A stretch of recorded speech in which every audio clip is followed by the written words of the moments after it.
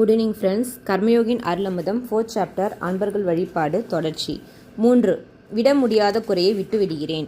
நான் தவறாமல் 2 சினிமா பார்க்கும் பட்டதாரி. யாரையும் பார்த்து பேச விரும்ப மாட்டார்.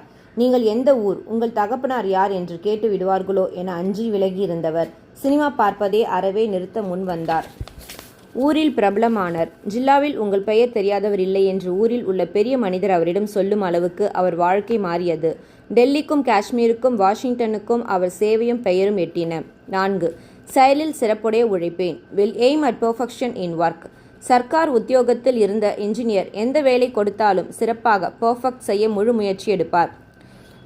இன்ஜினியராக இருக்கும் போதே அவருடைய வேலையின் சிறப்பின் காரணமாக மாநிலத்தில் முதன்மை பெற்றார். அவர் புகழ் டெல்லிக்கும் எட்டியது. சர்க்கார் சம்பளம் 20,000 ரூபாய் இருக்கும் பொழுது ரூபாய் 15,000 சம்பளத்திற்கு வெளிநாட்டில் வல்லுநராக எக்ஸ்பர்ட்டாக போக வேண்டும் என அடுத்த மாநில தலைமை என்ஜினியர் அவரை நேரே வந்து அழைத்தார்.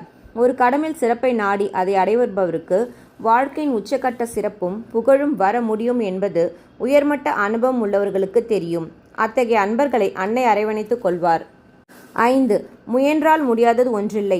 1952 எந்த கட்சிக்கு சென்னை அசெம்பிளியில் மெஜாரிட்டி இல்லை என்ற பொழுது ராஜாஜியை முதன் மந்திரியாக்க மத்திய மாநில தலைவர்கள் முயன்று முடியாது என்று கைவிட்ட பின் சி. சுப்பிரமணியம் தான் முயல்வதாக சொல்லி முயன்று வெற்றி பெற்றார். மத்திய சர்க்காரில் உணவு இலாக்காவில் மந்திரியானவர்களுடைய அரசியல் வாழ்வு முடிந்துவிட்டதென பெயர் பெற்றுவிட்டது. 1964 லால் பகதூர் பிரதமரான பின் உணவு இலாக்காவை ஏற்றுக்கொள்ள அது எவரும் முன்வரவில்லை.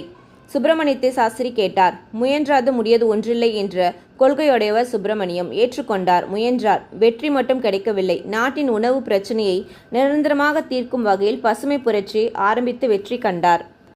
6. ஒருவரால் முடியுமானால் என்னாலும் முடியும். ராமபுரம் கிராமத்தில் எவரும் போர்வெல் தோண்ட முன் வராத போது ராமசாமி முன் வந்தார். அவரால் முடியும் என்றால் என்னாலும் முடியும் என்று அனைவரும் முன் வந்தனர்.